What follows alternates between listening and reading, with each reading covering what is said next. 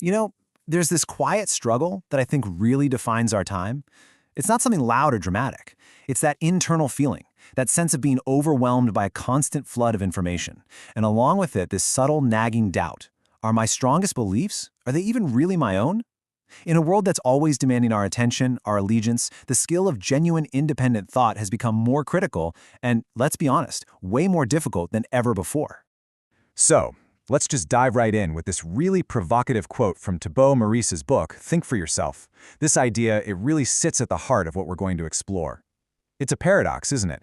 Simply consuming tons of information, reading every book, every article, it doesn't automatically make you a clear, independent thinker. Actually, without the right mental framework, it can do the complete opposite. It can just give you more ammo to reinforce the biases you already have, making you even more confident in your own errors. And that really leads us to the core question here. If it's not about how much you know, then what is it? What does it truly mean to achieve that kind of mental sovereignty? Well, the book argues it's not about just rejecting everything you hear or becoming some kind of cynic. It's about building an internal framework, kind of like a mental operating system that lets you navigate the world with clarity, with courage, and with genuine understanding. Welcome to our daily book insight. Today we're digging into Thibaut Meurisse's work. So here's our roadmap. We'll start by confronting this illusion of a free mind. Then we'll diagnose the 4 big psychological traps that can hijack our judgment. From there, we'll actually build a mental toolkit with some practical skills, learn how to resist outside manipulation, and finally, we'll talk about the profound responsibility that comes with really, truly thinking for yourself. Okay, so the book's first major insight is, well, it's a humbling one. Intellectual independence isn't just a byproduct of being smart. It's a distinct skill. It's something you have to intentionally cultivate. Meurisse argues that manipulation works best when we're not looking, leveraging these hidden forces inside our own psychology, and just being intelligent doesn't automatically switch on the lights. In fact, sometimes it just makes the shadows a more comfortable place to live. Now, this is such a counterintuitive idea, isn't it? We tend to think that intelligence is a shield, but what Meurisse suggests is that it can be a double-edged sword. A sharp mind is brilliant at finding evidence, but if its main goal is to defend a belief it already has, it becomes incredibly good at rationalizing biases. It can build these elaborate, logical-sounding arguments for why its flawed perspective is actually the right one. And here's what most people overlook. The goal of an independent thinker isn't just to be better at winning arguments, it's to be better at arriving at the truth, even if that means admitting you're wrong. And that requires a totally different skill set. All right, let's get specific and look at these hidden forces.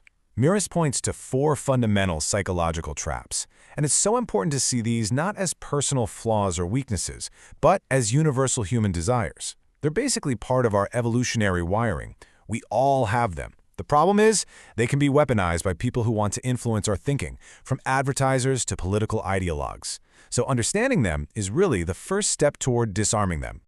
So the first and maybe the most powerful trap is our deep-seated desire to belong. I mean, for thousands of years, being part of a tribe meant survival. Being cast out meant death. And that instinct is still right there with us. In our modern world, it shows up in digital echo chambers, in social circles, where agreeing with a group just feels safe and comforting. The price of thinking objectively, of disagreeing with the tribe, can feel like social isolation, and that's a threat our brain takes very, very seriously. So here's our first action. And this isn't about challenging anyone. It's a quiet, internal observation, just for you. Try to identify one belief you hold, could be about anything, politics, art, whatever, and just ask honestly. Do I believe this because I've really examined the evidence, or do I believe it because it's the price of admission to my group? The goal here isn't judgment. It's just awareness. Just noticing it is the first step. Okay, trap number 2, the desire to be right. Our beliefs, they don't just feel like ideas we have, they often feel like a part of who we are. So when someone challenges an opinion we hold strongly, it doesn't register as just a disagreement about facts. To our brain, it can feel like a personal attack on our intelligence, our morality, our very identity.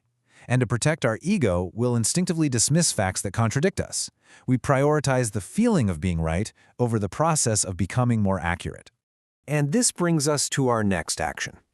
The next time you feel that hot flash of defensiveness in a conversation, just pause. Create a tiny little bit of space and ask yourself that question, is my identity under attack here, or is it just this idea? This simple question, it can be a game changer. Separating yourself from your ideas is a profound act of intellectual maturity. It lets an idea die without you feeling like a part of you has died with it. Trap 3 plays on our desire to feel special. There's this undeniable emotional reward in feeling like you're in on the secret, that you have knowledge the ignorant masses don't. This is the engine that drives so many conspiracy theories and cults. Manipulators create this narrative of exclusivity, making their followers feel enlightened and unique. And that powerful emotional payoff, it can completely blind us to huge logical fallacies and a total lack of actual evidence. So the action here is a crucial reality check.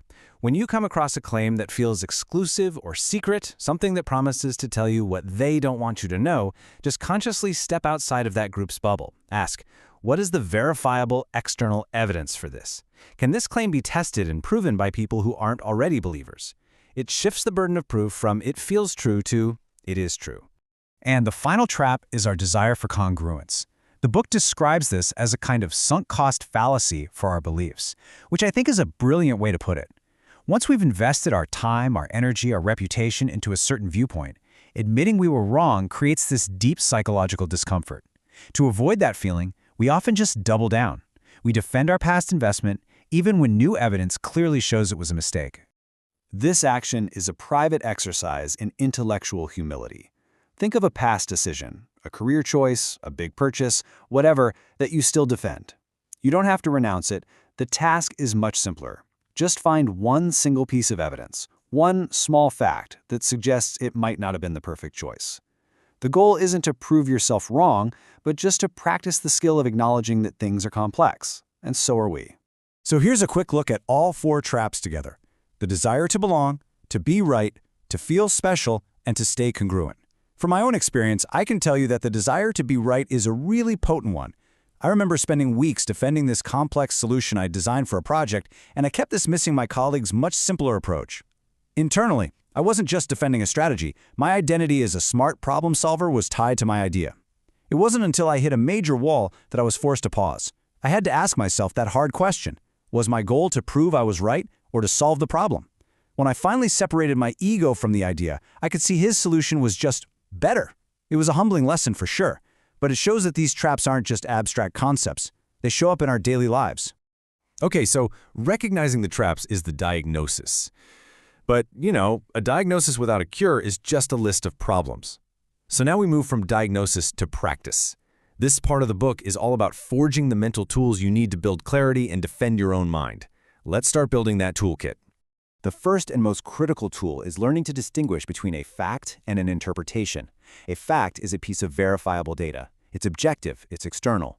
An interpretation is the story, the emotional narrative that we or others wrap around that fact.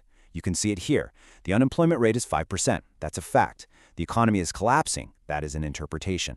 Manipulation almost always operates in that space of interpretation. So learning to pause and ask, okay, what here is the actual fact, and what's the story being told about it is a foundational skill.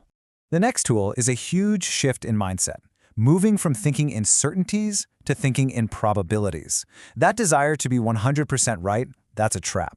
Probabilistic thinking lets you hold beliefs with more flexibility. Instead of, this is true, you think, I'm about 80% confident this is true based on what I know right now. Now, it's important to note, this isn't about being indecisive. It's the opposite. It's about being intellectually honest and flexible. It makes you much more resistant to dogmatic thinking and way better at updating your views when new information comes along. So here's an action to practice both of those skills. Take one of your strong beliefs, and just for yourself, assign a percentage to your certainty. Maybe you're 95% sure about it. Then, go out and actively look for one credible, thoughtful piece of evidence that contradicts it. Not a straw man argument, but the best argument from the other side. The goal isn't to abandon your belief, it's just to see if you can let your certainty shift, even from 95% down to, say, 93%. This is how you build that mental muscle of intellectual flexibility. So once you have your toolkit, distinguishing fact from interpretation, thinking in probabilities, you can start to use it defensively. This next part is all about applying these skills to recognize and resist the common tactics of deception that we face every single day. This table breaks down how manipulators take advantage of those psychological traps we talked about. False experts use complex jargon to trigger our deference to authority. MLM schemes sell a dream of community to exploit that desire to belong. And the constant noise of the internet creates information overload, which just makes us too tired to think critically. Our defenses are the tools we've been building: verifying sources, separating emotional stories from facts, and filtering information instead of just passively consuming it. But look, it's also true this doesn't work the same way for everyone. Recognizing the tactics is step one, but disengaging also requires a level of personal resilience. And this brings us to the final, and maybe the most profound theme of the book. Thinking for yourself. It isn't just a set of clever mental tricks, it is a responsibility. It requires a kind of radical ownership over your own mind and, crucially, the courage to act on your convictions, even when it's uncomfortable, even when it means you might have to stand apart from the group. And this, right here, is the key takeaway. If there's one line to remember, it's this: thinking for yourself is not a destination. It's not a finish line you cross. It is a quiet, daily, consistent practice. It's the habit of asking one more question, of checking your ego at the door, of seeking clarity over the comfort of certainty. It's a lifelong journey. And so, if there's one thing worth remembering, real growth begins when an idea is quietly applied, not loudly admired. The value from this book isn't in telling people you've read it. It's in the silent internal shifts that happen when you start to practice these principles in your own life day by day. If you found this useful, liking the video is a great way to help other people find it. You can subscribe to Daily Book Insight for more explainers on transformative books.